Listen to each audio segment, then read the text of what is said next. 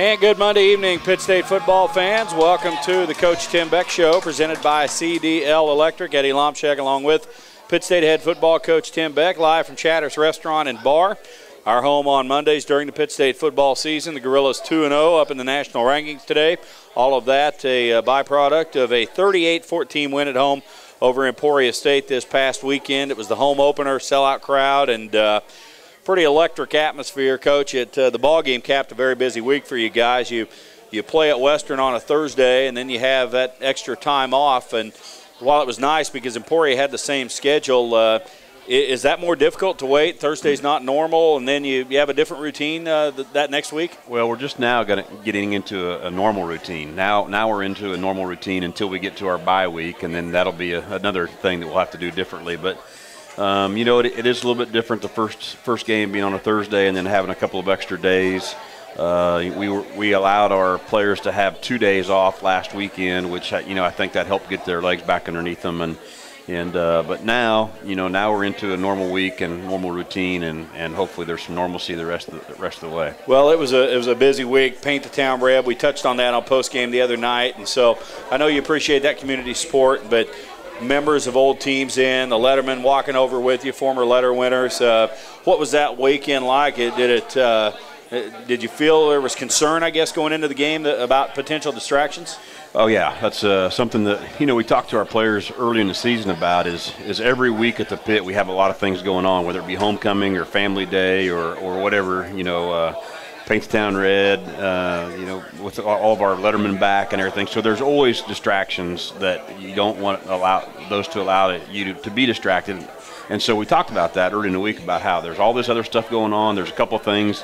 Captains had to go sign autographs at one time, and then we had a little pep rally on Friday, and all that stuff's awesome. And we want to continue to be engaged with the community because community support here is unlike it is anywhere else. So we wanted to continue to do those things, but on the other hand, too, you got to stay focused on the task at hand, and that's going out and playing good. And we get out there and we don't get off to a great start, so it makes you wonder, are we distracted? How much of that too concern about playing a night game, that when you are at home and parents are in town or family members and girlfriends and whatever, that laying around waiting to play can take an effect maybe on the early part of a game? Well, as a coach, a coach and a fan, I think you love night games. Once you get there, it's just such a great atmosphere being at night and everything, but it's a long, long day. And so, we started out, we had a little function that I had to go to at 9 o'clock, and then we had a little walkthrough at 10 o'clock on the field.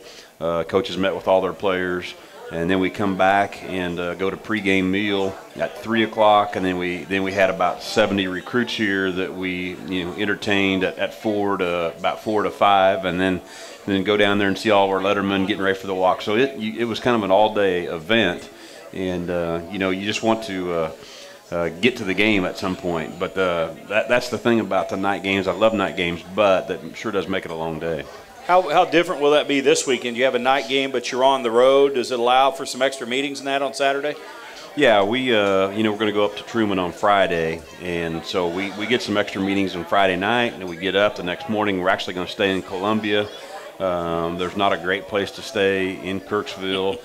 There's one place to stay, and we tried to book it about 8 months out, and it was already booked. So we were forced to stay somewhere else, and there's not a lot of opportunities of places to stay 30, 40 minutes away, so we're staying quite a ways away in Columbia. So, but I kind of like that. I like to go to pregame meal, eat your pregame meal, and then get on the bus and then ride a little bit, because I think the players really get focused during that time. Maybe a 4-H convention in town or something up there That's in right. Kirksville, who knows? But you're right. There's about one place to play with the crew you're going to be hauling up there. The Emporia game, you mentioned not a great start, but your team rallied around one another, I thought, complimented each other, and we'll break it down, whether it's field position or scoring after takeaways. Were you proud of the way your guys just systematically took control of that game? Yeah, I think defensively it really helped us to kind of take things over. And boy, we just made a bad decision early on, and then it really hurts you when you have a 3-and-out offensively. Not so much because of the 3-and-out, just because you haven't got to see enough of what they're doing defensively with some different sets and formations. So you just hate to have a 3-and-out early on. And, then we punt to them, and then they were able to put a couple things together and did a couple things we hadn't seen before. We had a man coverage bust, and the next thing you know, they get down there and get one in on us. And so, well, that gets everybody's attention in a hurry. When you're hoping to come out and just explode on Emporia State and get all over them is what you'd like to be able to do, and then they come out and put one on us. So then everybody's on edge a little bit. Is it different, though? I don't know if you see a difference with this team maybe compared to the last couple of years, but you have some, to me, very well-defined leadership on this team right now.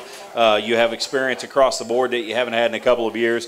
Does that help when it comes to trailing early, that nobody's going to push the panic button? Yeah, I think so. I think that definitely helps, and great leadership on both sides of the ball. And you're right. I mean, like I said, it gets people's attention and gets you on edge a little bit. But on the other hand, there wasn't anybody panicking. And even when you get a comfortable lead, I'm not sure there is a comfortable lead for me. But yeah. When you get ahead a little bit, there's that point where, boy, there's still a lot of time to play here, and there's so many things. As you saw some of the Division I games last weekend, what can happen in the last 2 minutes of a game? There can be a lot of points scored in a hurry in college football today. So we just have to take care of your business. But you're exactly right. I think our older kids and seniors, they really stepped up and showed some good leadership, and they did not panic at one bit. All right, 38-14, the final score. We'll take our first break. When we come back, we'll start to break it down with that Emporia quick score, but then the Gorillas gradually taking control of that with the run game and, indeed, that defense. So stay with us. Plenty more still to come. Back to Chatters after this on the Coach Tim Beck Show.